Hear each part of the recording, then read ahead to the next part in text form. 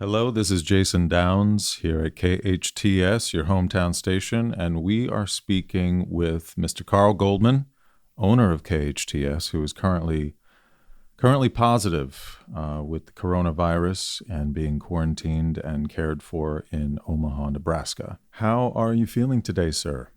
Hey, Jason, I get better, a little better each day. I don't have fever, gone through now 4 days without fever, so fingers are crossed.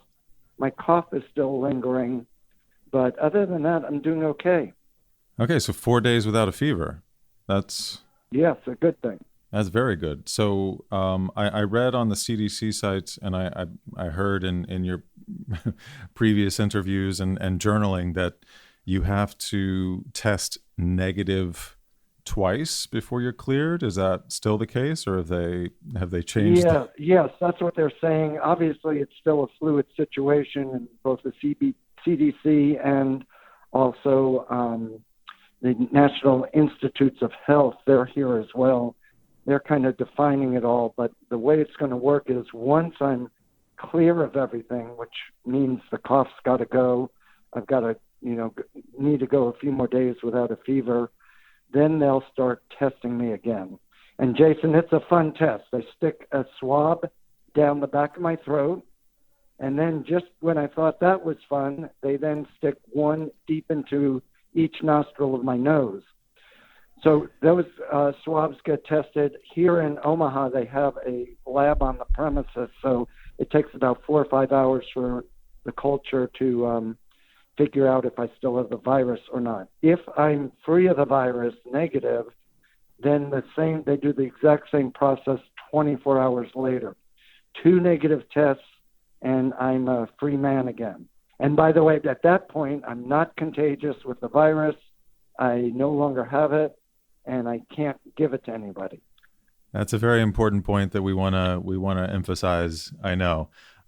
So given all of that you just you just listed, do you think that your odds are good for winning the great quarantine race with your wife Jeri and with your friends Jeri and Mark? It's gonna be a real test.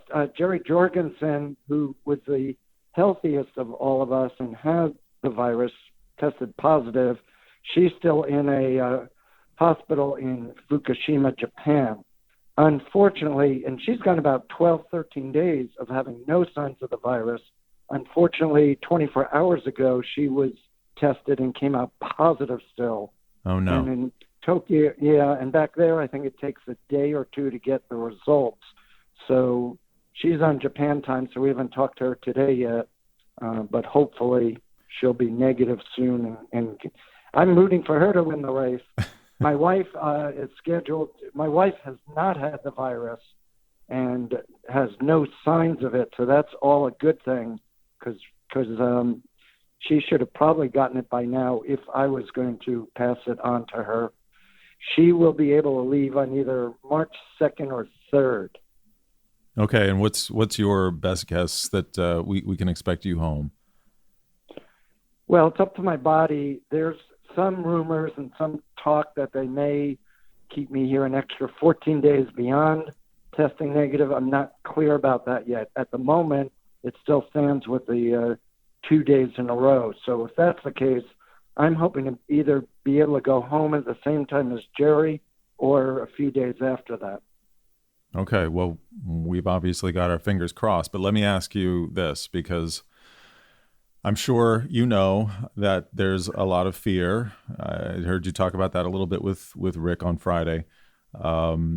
What's your sense of I guess the public and how you feel about bringing it home and how your reception will be? I mean, is there any concern about that on your part? I mean, I know we want to emphasize obviously that you will be free and clear and non-contagious. But still, Right, are you getting? I was going to say, Jason, it's a political year, right? Yes.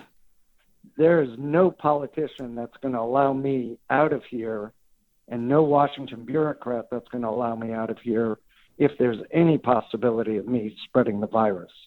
That would be a career-ending decision on their part. So they've got to be beyond 100% sure that I'm not going to be spreading this at all. So my feeling is once I have the green light from everyone, I'm good. I'm good to go. So why do you think? What's all the hullabaloo about then? Seriously, I mean, if you said, are you still being treated with Gatorade and ibuprofen? Correct, but this I was joking, of course, in my blog early on, but the reality is we have 2 deaths from the Diamond Princess. What happened on the Diamond Princess, looking back, was definitely a mistake, although I can't fault either princess or really the health officials at that point. No one knew. What seems to be happening with the virus and what's making it spread the way it is you can go for 4, 5, 6 days, as was the case with me, having the virus and not knowing I had it, not feeling any of the signs. I understand. You didn't feel the symptoms until you woke up on the plane back to America and you had a fever. Exactly. But here's my question, though. Why is this getting all the media attention? What is so scary about this particular strand of a coronavirus? Do you know? Yeah, so there's no resistance to it anywhere in the world at the moment. There's no antibiotic or no real treatment for it. And apparently the virus can leave my body. When I had it could leave my body and remain sitting on a staircase, sitting on a railing, sitting in an elevator for 4, 5, 6 hours before it can die. Okay. So that's how it spread so quickly. All right. So you mentioned the ship, and I know that you've kind of looked back with some distance and perspective and said, wow, yeah, we were sitting in a petri dish, basically. So, again, not blaming Princess, not blaming the health officials, but what would you have done differently with hindsight? Well, obviously playing Monday morning quarterback, we should have been taken off the ship right from the start. The U.S. Government should have flown us back, as they ended up doing 11, 12 days into it. They should have done that on day 1 or 2. That ship was, as you said, it was a giant floating petri dish, and we had all infected everyone, and everyone was continuing to infect everyone. So I think the number's now getting close to 700 of those infected with it. They should have flown us back and put us in quarantine in the States, isolated quarantine, as they've done with the 300 Americans now. Okay. And you've been very happy with the CDC there in Omaha and your treatment? Oh, yeah. This was set up, and I've said this before, but this was set up when the anthrax virus hit right after 9/11. The anthrax scare that wasn't that pervasive. The CDC set up 3 locations, one here in Omaha at the Nebraska Medicine Center, one in New York, and one in Atlanta. And these are state-of-the-art facilities. They never used it for anthrax. They used it here for the Ebola virus that broke out about 5 to 6 years ago, and then me. So this, they've done a lot of drills here. No one enters my room without a hazmat suit. I've got double pane glass in it looking out into the hallway. There's a central command down the hallway, as I mentioned earlier. They have a lab on the premises. I have a window to look outside, but I'm not going anywhere. I'm not leaving my room, and no one is coming in my room unless they're dressed in a complete hazmat outfit.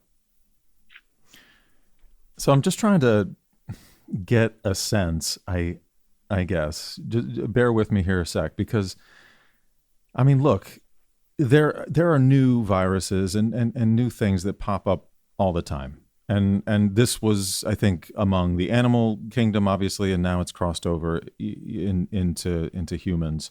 I'm just wondering why we're so scared of it, won't our bodies adjust? And this is just me asking you. I'm saying, won't, we send our kids to, to preschool partially just to sort of build up their immune system, you know what I mean? Get them ready for school.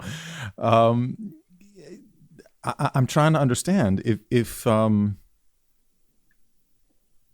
we should really be. I can step in. I can step in here. I think.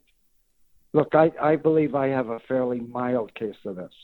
It comes in different degrees. There are people with more serious medical conditions than I have that may not have the resistance, that aren't as in good health. Which would be true for anything. Yeah.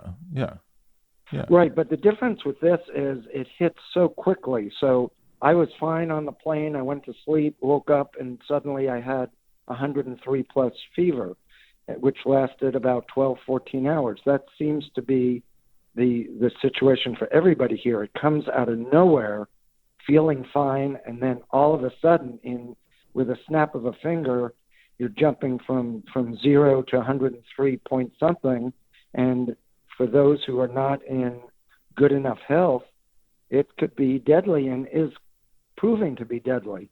I think we're seeing now, it wasn't just the inadequacy of the medical treatments in China that are happening. We're seeing deaths other than that. That, as it was the case with the Diamond Princess, because those folks and all of us were getting access to tremendous medical treatment. Japan is not a third world country. And I'm not trying to downplay this at all. Please understand. I'm, for instance, again, on the CDC website, they said that since 2010, there have been between 12,000 and 60,000 deaths every single year from the flu, for instance. You know what I mean? Which I was surprised about. It's a lot. Obviously some years are worse than others, and thus the, between 12 and 60. But anyhow, I don't know. I don't know ultimately what my question is, except to say that I'm still trying to grasp what makes this so much scarier. I hear you saying that it comes on faster, and I hear you saying that if you're already elderly or already susceptible, then yes, obviously you'd need to be more careful and be more afraid. But we deal with those sorts of things all the time. I mean, you could say that about anything. You could say that about exposing your baby to someone who has a cold. Anyway, again, just between you and me, I'm trying to figure out why all the fuss. Yeah, I think part of it is the unknown, Jason, that we don't know very much about the virus. Information is flowing now very, very quickly. Obviously, it's the top news story internationally, and will probably continue that way until either the actual epidemic subsides, or hopefully they find some kind of antibiotic or something to give us to either A, prevent the virus, or B, quash it very, very quickly and not make it as contagious as it is. Which obviously we hope they will. So back on the ship, when the news broke, did you take it more seriously than others? Had you been sort of following the coronavirus news up to that point, being a newsman yourself, or were you on vacation and not really paying much attention? Well, when we started on the trip, the coronavirus was not news here, and as we've all learned, China had squelched that information and was suppressing it for a long period of time. When we got to Tokyo, we saw that people were wearing masks, and then I started realizing, hey, the coronavirus is out there. But same thing, it was very remote in China, so we didn't think twice about it until we boarded the Diamond Princess. And then with each stop at port, and we had access to the 24/7 news channels, we could see that with each day, it was ramping up more and more and more. And then, of course, when the Diamond Princess got it, that was one of the first cases outside of China, and that's when it really took off. But same thing on the Diamond Princess. it was one or two people. There were 35 plus hundred on our ship, so the odds of getting it was very, very slim and very remote, which is why I think the authorities decided to quarantine us in the cabin to begin with. And then obviously with each day, the numbers kept escalating, and suddenly we were up to close to 700. Was there a moment of panic for you during those days never, on the Princess? Never. I realized this was out of our control. We didn't really. We just decided to take it a day at a time, keep a positive attitude, find a sense of humor about it, as apparent in the blogs I've written, and go with the flow. Just take it one step at a time, because it didn't make any sense to start worrying about it or start getting negative about it. It's making lemonade out of lemons. It'd be one thing if I could control my situation, but this was all totally out of my control. Sure, and let me tell you, I felt great comfort from reading your journals. So thank you for that. Hometownstation.com. You can read Carl's. I think you're up to 11 now, or 12. Is that, you got a dozen? Yes, I just posted 11. I wrote 12, which covered yesterday, and sent it to our team back there. So that'll post later today. They're, like I said, I found great comfort in those. So thank you for keeping that journal. I'm hoping that this could be something to complement that for those who perhaps haven't read your journals on the website. So yeah, I just think the way that you and Jeri have approached this has been so admirable and so calming, and I commend you for that, and I thank you for that. Speaking of, how does it feel being separate? You guys were so on top of each other there for 11, 12 days, and now suddenly, I mean, I know it's been several days that you've been separated, but how is that going? How are you holding up? I'm sorry, say that again, because my nurses just interrupted me. What was the last part of that question? No problem. I was just asking that, after you were together so closely there in confinement on the Diamond Princess, and now you've been separated for a while, how you guys holding up in that regard? Yeah, we're fine. I kid that it was, after 12 days of being quarantined together in the cabin, it's nice to be separated for a little bit. But we've got FaceTime that we're constantly checking in with each other. We obviously email, and we're still running the radio station. So our day consists of about 8, 9, 10 hours in the morning of taking care of business and trying to operate as best as possible. Our staff's been stellar in filling in the gaps. I mean, that is pretty incredible. That is, that you're able to do that with technology, and because I bet when that facility was built, 10 years ago or however much, then it might not have been as easy. But oh yeah, it'd be trouble. Even more so for Jeri, because I've got my laptop here and everything's on my laptop. We have the internet, but she's got everything on her computer back in Santa Clarita. The good thing is, from previous trips, we've loaded an app called Go to My PC on my computer that allows her to go into her computer or any computer over at KHTS and access and do work. Now, when we knew we were going to be separated, I decided to keep my laptop, and she said she would have our staff mail her, overnight her another computer, which they did. So she's able to work from her quarantine, and I'm able to do the same. That's fantastic. Speaking of which, has your Christmas present arrived that you spoke of on Friday? Any luggage? Yes, she got the luggage Good. yesterday. And that was a nice Christmas gift for her. I still haven't gotten anything. She's been able to now sift through everything, and our luggage has arrived, so she's a happy camper. That's great to hear. Okay, let me see here for just one moment.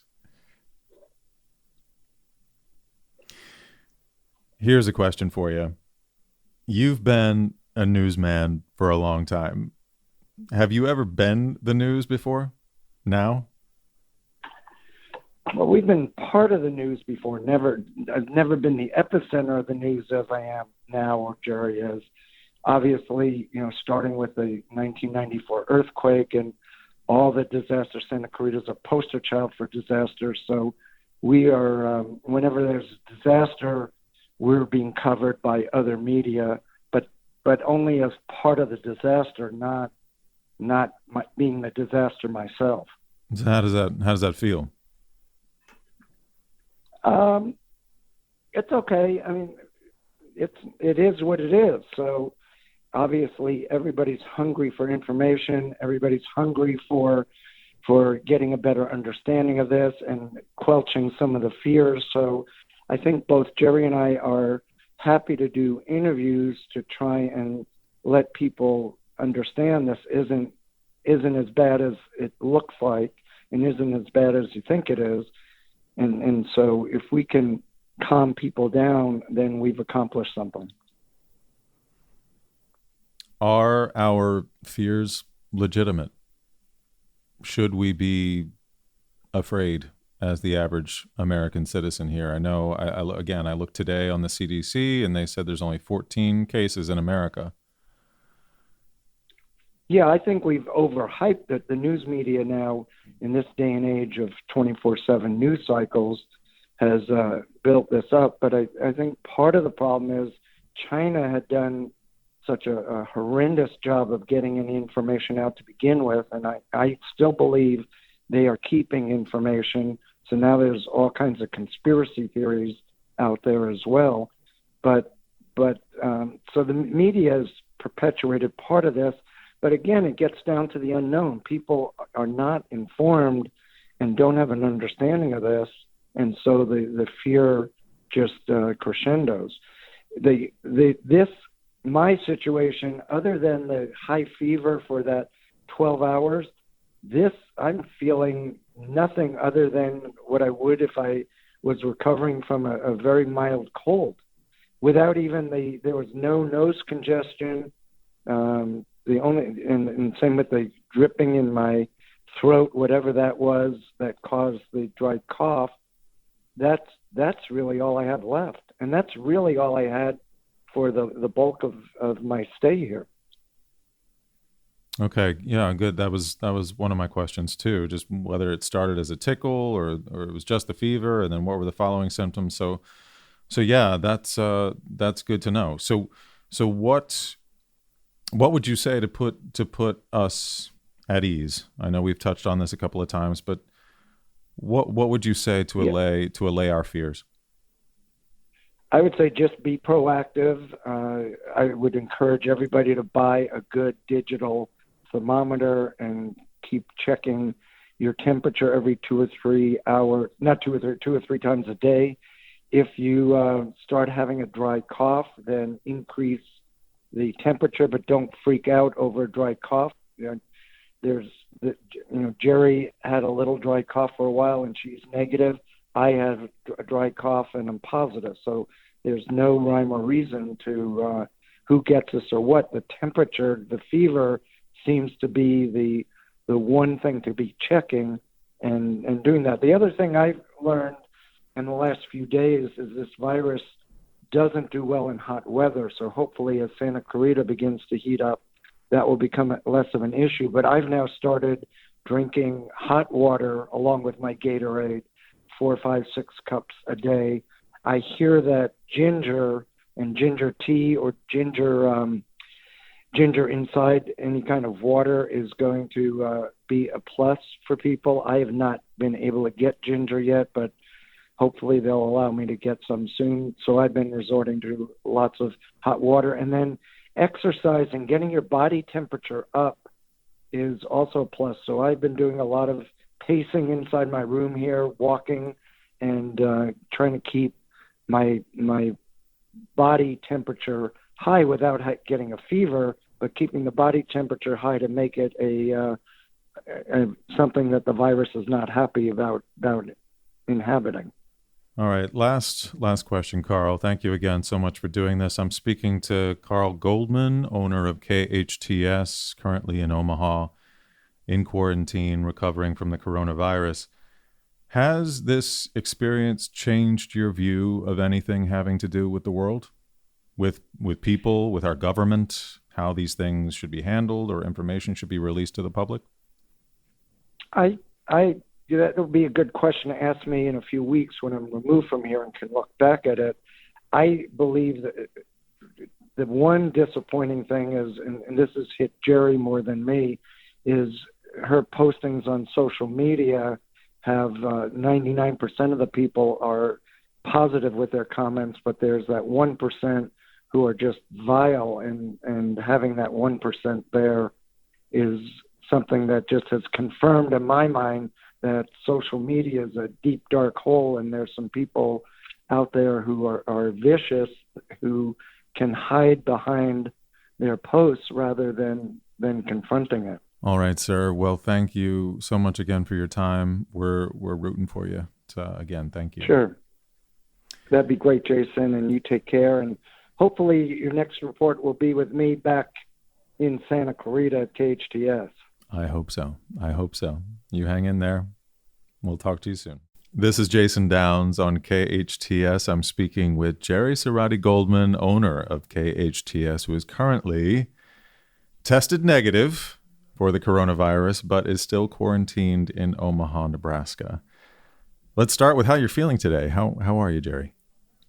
I am feeling great. I didn't sleep well last night, but up and did a couple hours of work and on the treadmill, and now I'm sitting here watching the Kobe and Gianna celebration of life, and boy, does that put things in perspective. Yes, indeed it does. My goodness. I mean, you bring that up, and it just hits me how much has happened in the past 2-3 weeks. With the impeachment and the State of the Union and Kobe Bryant and anyhow. Yep. Watching the Kobe Gianna celebration of life today is really putting things in perspective, because I've gone through some challenges today, and it makes it seem just, nonsense in comparison. I hear that. And I hear you talk a lot about your exercise, right? I mean, is that something that's been helping you? Hugely. Just getting your endorphins going is, for me, something my body needs to move every day. And then, getting the endorphins going takes away any, even feelings of being down, like not sleeping well. Well, too bad. Get up and exercise and get the endorphins going and, move on. And you don't have any personal contact aside from FaceTime with folks, and then I guess the space-suited health workers that come in and tend to you. Is that correct? Yeah, they come in about 3 times a day. So they come in the morning, and you have to do a temperature check, and they bring your breakfast, and then usually about 12:30, 12:45, another bring your lunch, temperature check, and then at night, same thing all over again. And that's it. Unless last week I had many visits from the CDC. So basically, folks come in 3 times a day. Other than that, you have no human contact. How often are you getting to speak to Carl? How often are you getting to speak to the outside world? I know you're working nonstop as well. So does all of that help to make you... Absolutely. So I'm talking to Carl several times a day, talking to Mark and Jeri. I've talked to friends and family more than, I'm not a phone person, so I've been on the phone quite a bit. So you've been catching up a little bit with... catching up, and the feelings of isolation that maybe others are feeling. I do not have that. And maybe because I'm keeping myself so busy. That's good. And how are Jeri and Mark? Jeri and Mark, Jeri is still in Fukushima, Japan. She tested about 2 days ago and was positive still, because she was hoping to get out this week. Okay, I thought you. And then Mark. Forgive me for interrupting. I thought you had said that she had tested negative after being. Well, she had no sign, so Okay. there was some misunderstanding. So when she found out and got taken away, so she tested about 3 days prior to them taking her away. It was the day after Valentine's Day in Yokohama, Japan. And when she had gotten a fever Valentine's night after we had gone for a walk, went in, spent the night a little bit rough with the fever, and then got up the next morning and they called her to say, you've tested positive. You've got 1 hour to pack a backpack, no luggage, and we're taking you to a hospital. So within an hour, she was gone, which was heart-wrenching for us, especially for her husband. You know what? I have to put you on hold 1 second. Someone's at the door. Sure. Because I have to put my mask on. Okay. Sure. Hold on. Let me get my mask. Okay, come on in. You have to yeah, no problem. You're okay? Yeah, I'm doing fine. And then once a day, I get Amazon packages. Woohoo! So that was an Amazon delivery. Usually that doesn't happen till tonight, so I scored today. Excellent. Well, that was going to be one of my questions. Carl said that you should be expecting a Christmas present, and I heard you got some luggage, so you must be very happy. The luggage made my day because it was a week without, just the underwear and a shirt and sweats that they had given me here, other than the clothes on my back. So that was probably a little bit challenging until I was able to wrap my head around it and know that, they do laundry here. Or I was washing out socks. I realized I didn't have any socks either every night. So I just worked around it and found a way to make it work best for me. Were you doing laundry in your sink there in the dorm room? I was doing it in the shower. Okay. But Hey. I was used to it because on the ship we were doing it in the bathtub. Okay. So for those 10, 11, 12 days you were washed. I do remember seeing pictures of that on the website, the hometownstation.com. You guys were certainly troopers. I mean, nobody could say that you did not have and maintain a positive attitude. Did that ever falter for you? Was there ever a moment of panic? It wasn't really panic. It was more sadness when they took Jeri away and how they did it so quickly. And then realizing, oh my gosh, we've all spent our quarantine together. And that was another, now we could possibly be infected. And then going through how could we have been infected? And, we on a cruise ship, which we cruise often, we take so many steps not to take the elevator, not to touch the handrails. And we're going back trying to figure out, what the heck where could we have been exposed? Just replaying all the possibilities. Well, which also brings me to another question, taking a step back from there even. When the announcement was made, you said the captain came on and made the announcement, and many folks went about, eating at the buffet and, the usual activities. Did you guys participate in that, or did you sort of head back to your rooms? No, we were at there are several dinner restaurants, and we were there, and he made it sound like it was no big deal. One guy, he got off in Tokyo, and we're just letting you know. So for us, it was okay, and what's next? We finished our dinner and went to our room and did what we normally did at night. And speaking of, I know you guys have gotten tons of support, and as I was telling Carl, I felt so much more calm reading his journal and reading your posts, and obviously you guys being news people for so long, you were highly conscientious. But I know that you've also had some blowback. And I think in regards to the Fox News section that you did, would you like to clarify what you meant? I think you said something Sure. like making up a story that we were clear and you figured no news was good news, that sort of thing. I just want to give you an opportunity to clarify what you meant, because I think it didn't come across the way you intended. Right. Thanks for letting me clear it up, Jason. So when I was doing the interview with Bill Hammer, I was saying that when Jeri found out that she was tested positive, we immediately asked for a test, got tested. And what we were hearing and talking to, we had a mini suite, so you go out on the balcony and talk to people. And around us, you were being told they're only notifying you if you're positive. So Mark, Carl, and I were, what I said was we made up the story that if you're negative, they don't let you know. And that's still the case today.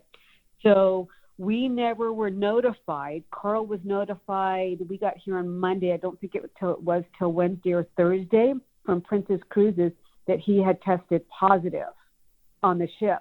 So he was not one of those 14 that got on the ship and knew, or I think the 14 that got on the ship were already on a bus and didn't even know, but they isolated them as soon as we got on the 747 cargo ship. And Carl was not one of those people. Carl did not have a fever until we had woken up from naps and he was burning up. And that's when we went and got a doctor right away, and he was isolated immediately. Right. He didn't even show any symptoms or have any fear until you guys were already on the plane. And what you're referring to are the 14 people that were found positive while you guys were sitting on buses to get on the plane, correct? Yeah. Yeah, so, that was really that was probably the worst experience of this whole thing was the 6 hours. So we left at 9:30 at night. It was cold. It was raining. They took us a while to load us on the buses. There was 4 different buses. Carl and I had been separated from Mark, and they then had us wait for several hours at the docks, and people had to go to the bathroom. There was a lady throwing up on our bus. Carl was sitting next to a young kid that I guess worked on the ship that was not doing well and having an anxiety attack and had, wanting to go outside and smoke. So, and on Mark's bus, Mark was texting me saying, "Oh my gosh, there's a guy that has to go to the restroom," and they gave him a jug and told him to go outside. So, what we then learned after we got to Omaha was that as we were disembarking, they had learned about these 14 people, but we were already on the buses, so they did not separate us. They did not separate us until we got on the plane. And then once we got to the Tokyo airport, we had another several hours sitting on the plane, and then another hour out in the rain getting onto the plane because they were setting up the tents, the isolation tents for the 14 people that had tested positive. Right. So getting a lot of backlash that I lied. I did not lie when I said, well, we made up the story. It was true that if you got a negative test, no one let you know. So Mark and I, to this day, never got our test results back. Because they were negative. Yeah. Right. So now it's not making up a story. If you tested negative, you did not get your test results back. Carl did, but 2 days or 3 days after we got to Omaha. So, the whole journey to even when we were on the ship, we were learning more information from the news or news sources that were calling us saying, "Oh, by the way, this is going on," or "Today it's 65 people." And when we were watching, we'd get up every morning and go, "Oh my gosh, there's 40 new ambulances," or "This day there's 65 new ambulances." We would watch people being taken off and then hear about it hours later. So right. So I think it was just your word choice. I knew correct. What you meant, but again, making up a story that we were clear made it sound like you had made up that story when that's not what you meant at all. You just meant that no news was good news, and so you guys amongst yourselves said, "Okay, well, we must be negative because we haven't heard anything," and that was the going story. Yeah. Now what's happened is. Even last night I couldn't sleep and I woke up and I should not have gone on social media and realized that there was more hate going on and people asking me not to come home and telling me that I was a lying effing bee, and it's heart-wrenching. And this is still a result of that sort of misuse of words there? Yes, and this I guess hit Twitter. So last week I thought it was private on Facebook. Part of it was private, but my friends could see the post. And so thank God for Andrew last week switched that for me. All right. Well, let's just where the hate. go Okay. ahead. No, I was just going to say let's be very, very clear that you did not lie. You did not make up a story that you were clear. You were tested and were given no results. And generally, only people who were positive were given results. And therefore, you decided no, or you figured no news was good news. And that's all you meant. That's all you meant. That's all. That's all. As simple as that. All right. Well, I'm so sorry that things have gotten well, they've taken a nasty turn. I'm so sorry to hear that. How are you coping? So that's what kept you up last night? No, well, I'm not sleeping well. I don't have my sleep agents that I have at home, which I go to bed with CBD. Mm-hmm. So my sleep's been interrupted for the 2-week period, actually 4-week period we're going on, because even when we were on the ship, we were getting up at 2 or 3 in the morning and working with our staff so that we were there I could be there when Lisa, my administrative assistant, was there in the morning cutting checks or, getting logs and whatever it might be. So my sleep has been really compromised over the last few weeks, and I just haven't been able to shift back to a good 7, 8. I used to sleep 8 or 9 hours a night. Well, I think you've handled this with such grace. And you, like I said, you've been a news person for a long, long time. Have you ever been the news as you've now found yourself? Never. How does that Never. feel? How does that feel? It's not something I'm comfortable with, and it was interesting because Carl and I stayed silent for many days when we were getting calls from people. And a lot of these people, too, because Carl and I have been in the business for so long. We were at Westwood One Radio Networks, which carried CNN News for many, many years. So the radio and TV world is a small world. So these were friends that had, found out that we were through social media that this was going on. So they were calling and asking. And the only reason we decided to go public about it was because we were seeing so many people on the ship saying, oh my gosh, I'm not getting water, or I'm not getting food. And that wasn't the case. Everyone was getting food. Everyone was getting water. We had so much food every day, we couldn't even eat it all.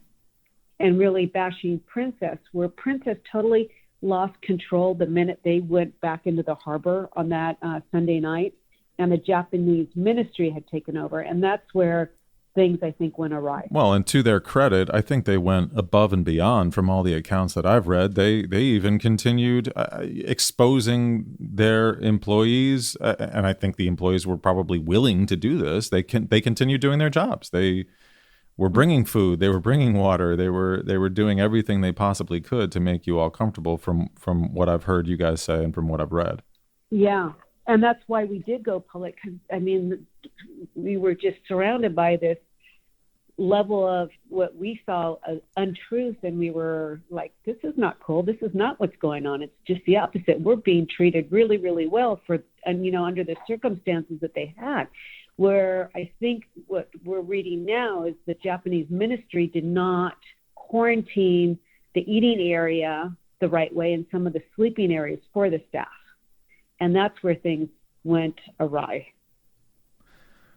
All right, just a couple more questions. This is Jason Downs here on KHTS. I'm speaking with Jeri Seratti-Goldman, co-owner of KHTS. She is currently quarantined in Omaha, Nebraska, and tested negative for the coronavirus. So has this experience changed your view of anything having to do with the world or with people or with our government? Today was a little bit challenging. I've got, I'll call and say, hey, I've got a plane reservation for next Tuesday in the very early morning. And one person will say, no, change that to Wednesday. And one person says, no, change that to Tuesday afternoon. That's the only thing that's challenging, but very much appreciation for family and friends and missing them. If anything, it's more of a gratitude that I think Carl and I are having, being appreciative of what we do have and how many blessings that we do have in our lives, and just, several times a day, I'm writing down my blessings. I'm writing down, as I say, my Christmas gifts that are coming in the month of February, getting my luggage, getting underwear, getting toothpaste and a toothbrush was, like having, Christmas in February. What would you say to folks here and at home and around the country to allay their fears or allay their perhaps ignorance about your situation or what's happening? So what's been very, very clear from the CDC doctors, if I continue to test negative, that means I am immune and my body will never get the virus. Carl, and then also being isolated now twice, but starting over with the 14 days. So I'm going to be safer than you, Jason. You don't know who you've come across the last several, days. So being isolated for the 14 days, I'm safer than you or the people that we're going to come home and be in contact with. Then the other thing that we know for sure is that once you get it, it's a one and done. So for Carl and Jeri, people that, are afraid to be around them, you don't get it twice. It's a one and done situation. And that's fact. This is fact from the CDC and World Health Organization doctors that are here. I think that's a very, very important point. Yes. So it's one and done. And once you are done, you are no longer contagious and you cannot spread the coronavirus. Correct. And there's a lot of I'm getting every day someone sending me a crazy video from China. And what we're even learning there from the State Department is that they're make-believe. Someone's causing more chaos out there than has to be. They're showing health workers in Wuhan going crazy and asking that the patients die. That's all make-believe stuff. That's not happening. Well, I, for one, I can speak for KHTS, I can speak for our community, but I count you as a blessing, my dear. So thank you so much for all that you're doing and all that you've done. Please hang in there, and let's do this again. When do you think you'll be? When do you think you'll be home? I know you said you have tickets, but what's your guess? What's your guess? I changed the airline tickets again to Wednesday. Carl and I have decided that if either one of us gets out before the other, we're going to get home and get back to work, get back to our animals. We could talk to our kids and our family and friends. I really miss my pets. I really miss my bed. And whoever gets out first will go ahead of each other. So my plane reservation right now is for the 3rd. I've changed it now 4 times. And by the way, Delta Airlines has been beyond stellar, because this, I think, was the 5th time we changed, and very compassionate with the situation, which is, when you're in a situation like this, I realize that something easy can push you over the edge. And when you have someone that's on the other phone going, oh my gosh, how's your experience? How you doing? That's another Christmas gift. And that happened today when I switched my flight. All right. Well, let's do this again. Let's check in and see how you're doing. And again, thank you so much. Sure. This has been Jeri Seratti-Goldman with Jason Downs here at KHTS 98.1 FM, AM 1220.